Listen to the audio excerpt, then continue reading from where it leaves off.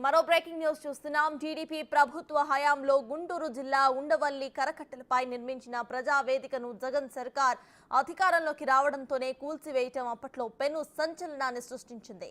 చంద్రబాబు అధికార కార్యకలాపాలు కలెక్టర్ల సమావేశం కోసం నిర్మించిన అధునాతన ప్రజావేదికను అక్రమ కట్టడంగా పరిగణించి కూల్చివేస్తున్నట్టు జగన్ ప్రకటించడం రాష్ట్ర ప్రజలను నివ్వెరపరిచింది. రాష్ట్రంలో కుప్పలు తెప్పలుగా అక్రమ కట్టడాలు ఉన్నా వాటి జోలికి వెళ్లకపోవడంతో కేవలం చంద్రబాబుపై కక్షపూరితంగా నిర్ణయంగానే ఇది మిగిలిపోయింది. 5 ఏళ్ల తర్వాత మళ్లీ చంద్రబాబు సర్కారుకు ప్రజలు ఘన స్వాగతం పలకడంతో ప్రజావేదిక పునర్నిర్మాణం చర్చనీయాంశమైంది.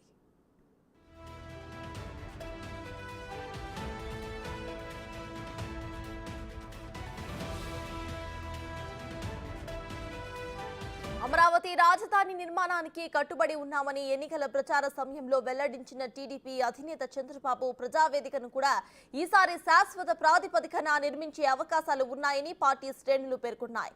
ముఖ్యమంత్రి అధికారిక కార్యకలాపాలు నిర్వహించేందుకు వీలుగా తన నివాసం పక్కనే అందుబాటులో ఉండే విధంగా 2017లో చంద్రబాబు ఈ ప్రజావేదికను నిర్మించారు. అయితే 2019లో అధికారాన్ని చేజెక్కించుకున్న వైసీపీ అదే ఏడాది మే 30వ తారీఖున ప్రజావేదిక కూల్చివేతకు నిర్ణయం తీసుకుంది. చివరిసారిగా కలెక్టర్ల సమావేశానికి నిర్వహించిన జగన్ సమావేశం ముగియగానే కూల్చివేయాల్సిందిగా ఆదేశాలు ఇచ్చారు. ఆ తర్వాతి రోజే ప్రజావేదిక నేలకూలింది.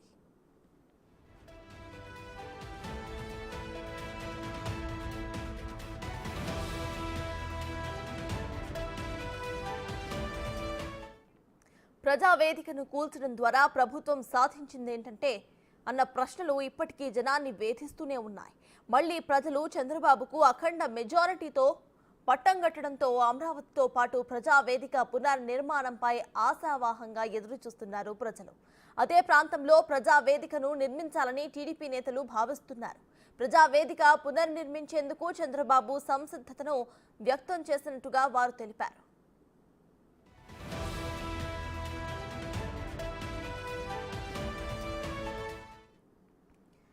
ప్రజావేదిక నిర్మాణంపై పూర్తి డీటెయిల్స్ ను మా ప్రతినిధి మల్లికార్జున్ అందిస్తారు. మల్లికార్జున్, చెప్పండి, అప్పట్లో ఈ ప్రజావేదికలను కూల్చివేసిన వైసీపీ ప్రెసెంట్ ఇప్పుడు టీడీపీ అధికారంలోకి వచ్చింది కాబట్టి ప్రజావేదికను నిర్మించే ఛాన్సెస్ ఎంతవరకు ఉన్నాయనుకోవచ్చు? అదే ప్లేస్ ఎక్కడైతే గతంలో ప్రజావేదిక ఉందో అక్కడే ప్రజావేదిక నిర్మిస్తారా?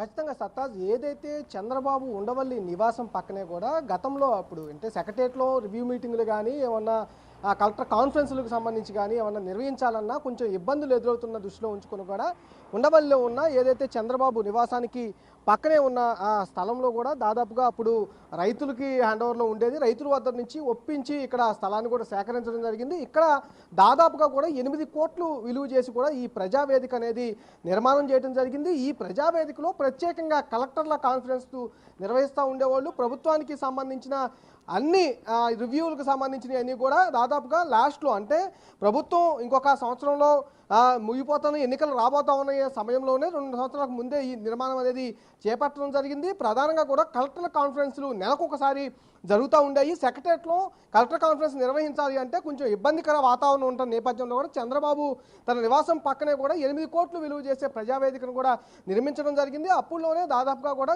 తీసుకుంటే అన్ని అంగులు దీనికి సమకూర్చడం జరిగింది.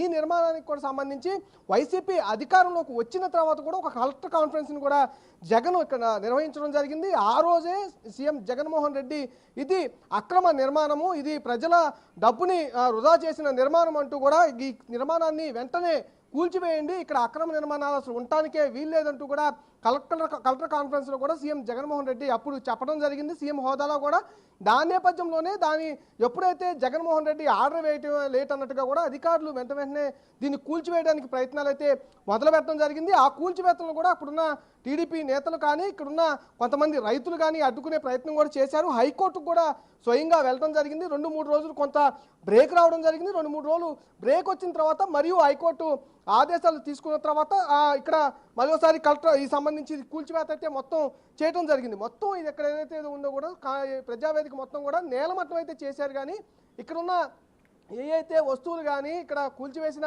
ప్రజావేదిక కానీ ఏది కూడా ఇక్కడ నుంచి తరలించిన దాఖలాలు లేవు. మొత్తం ఏదైతే కూల్చివేసిన వ్యవస్థ మొత్తం ఎక్కడ అక్కడున్న ఏదైతే గతంలో ఉన్న వైసీపీ ప్రభుత్వం అయితే అక్కడే వదిలేయడం జరిగింది. ఇప్పుడు దీనిపైన కూడా చంద్రబాబు దృష్టి పెట్టినట్టు కూడా తెలుస్తూ ఉంది. ప్రమాణ స్వీకారం అయిపోయిన వెంటనే కూడా దీన్ని నిర్మించడానికి ఆయన పూనుకున్నట్టు కూడా తెలుస్తుంది. చాలా మంది కూడా అది ఇక్కడున్న ఏదైతే ఆయన సందిగ్ధంగా ఉన్న అధికారులు కానీ అలాగే రాజకీయ నేతలు కానీ అందరూ కూడా ఈ ప్రజావేదికను పునర్నిర్మాణం చేస్తే బాగుంటుంది, మనం పునర్నిర్మాణం చేసేవాళ్ళం కాబట్టి పునర్నిర్మాణం చేద్దామనే ఒక విషయాన్ని కూడా చంద్రబాబు ముందు ప్రస్తావించినట్టు కూడా తెలుస్తూ ఉంది. దానికి సుముఖంగా కూడా చంద్రబాబు వ్యక్తం చేసినట్టు తెలుస్తూ ఉంది. ఏదైతే 9వ తారీఖు ప్రమాణ స్వీకారం అంటా ఉన్నారో ఆ ప్రమాణ స్వీకారం అయిపోయిన వెంటనే ఈ ప్రజావేదిక అనేది నిర్మాణం చేపట్టే అవకాశం అయితే ఇక్కడ కనిపిస్తుంది. కంపల్సరీగా 100% నిర్మాణం అయితే మరోసారి పునర్నిర్మాణం జరిగే అవకాశం ఎక్కువగా కనిపిస్తూ ఉంది. సత్తాజ్. Right, thank you Mallikarjun.